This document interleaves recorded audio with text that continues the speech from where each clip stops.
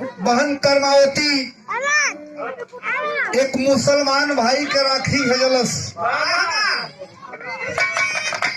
कितना पवित्र रिश्ता होता है भाई, भाई और बहन की। काबुल को बचाने के लिए अपनी सेना लेकर गया। बहुत अच्छा भी रहा रहल, बड़ा निक निक धुन तर्ज भी रहल। अभी अभी आप लोगों ने सुना आदरणीय आप परम सम्मानित हमारे बड़े भैया श्री सुभाष चंद्र प्रधान जी की ओर से बहुत अच्छा बात लगल आपके हमकी। आपके बात सुन करके हम धन्य हो गए कि एक प्रधान हो करके भी एक दूसरा जने की आप श्रीनाथ बाबूजी के प्रधानी लड़ावत हुआ। इहो तो सोच ही के बात हो कि वो प्रधान सोचला कि पहले हम ही प्रधान हुई, लेकिन धन्य है ये मुरारा के प्रधान जी। कोट कोट प्रणाम करते हैं आपको, ताली बजा करके स्वागत करिए आप लोग। बड़ा नीक गीत हमारे मास्टर बजौलन। कहा बजौला भैया?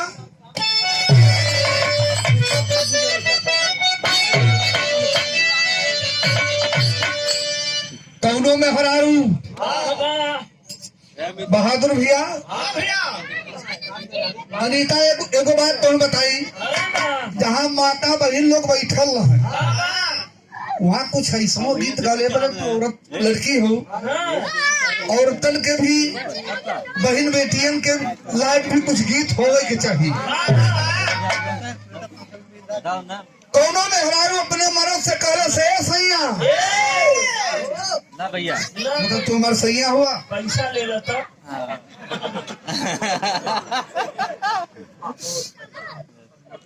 आदरणीय आप परम सम्मानित परम श्रद्धेय हमारे धर्म के बड़े भैया जो वर्तमान में प्रधान हैं, आदरणीय आप सुभाष चंद्र जी, आप प्रधान बाबू की ओर से पूरा 501 रुपए से नवाजा गया। पूरी पार्टी से आपके चरणों में कोट कोट प्रणाम करते हैं। सकल पंच के पहले आशीर्वाद के कामना में हरारू कर से सैया मर्दा तो खुर्राट रखा कारे इस संजा सुबेरे टुरे टुरे कराइली हम अच्छा ना लग कल सही सब कौनो दिन प्रेम से भी बतिया लेवल करा। लाल पहिरौला, पियर पहिनाई देहला, नीला पहिनाई देहला, तो कहला निको काली साड़ी हमके पहना देता जो इलाहाबाद में मिलेगी। इलाहाबाद घूमत तुम्हार 12 झर जाए चाहते मर्दा का रस करे तय खुदे करिया है। काली साड़ी पहने भी तो कैसन लगबी, कल से देखा हम गोर होई चाहे काली होई, काला रंग बड़ा निक होला। काला रंग प्रधान जी कोनो गोर आदमी पर चढ़ गयल तो सब कहीं बड़ा शुभ मानला कि तिल हो, और कोनो करिया आदमी के ऊपर गोर रंग चढ़ गया तो कहीं साला फूल चरक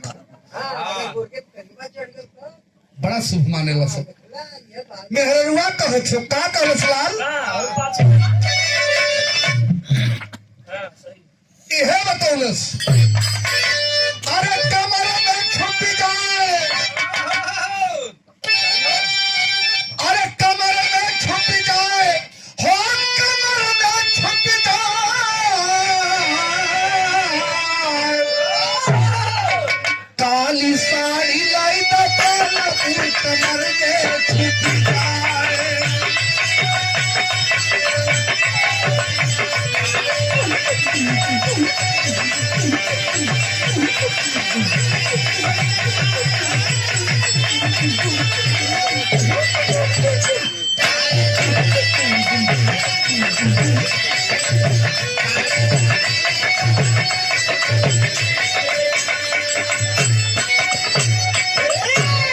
मर्दा कलश काली साड़ी तो जरूर चाहिए, तो ई कुल्लई हर में पहने के चाहत रहल, तो यहाँ फरमाइश का हो बताओ तो कैसे लाल कहो नहीं हर में पहनी कमाई मोरी पर गई मोरी पर जाए।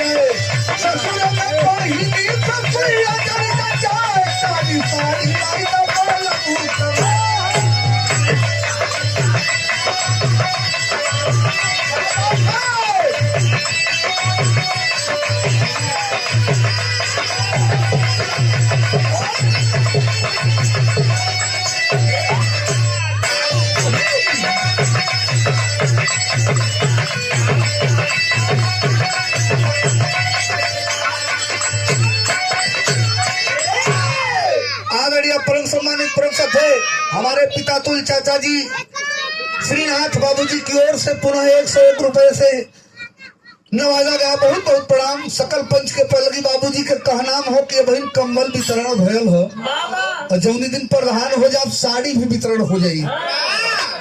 रजाई बैठी मतलब की पगलू ठंडी में खाली रजाई उड़वा ना फिर ठंडी नहीं आई परसलिया। अच्छा ला एक बात और ही कहलस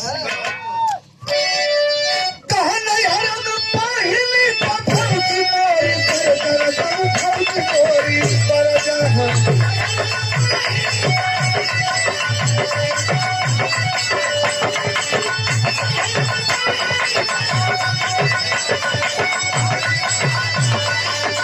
ससुर न पहिली हां ससुर न पहिली ससुर न पहिली मन दिया करी चाय काली साड़ी लड़ी बाबा तू कमर में भिज जा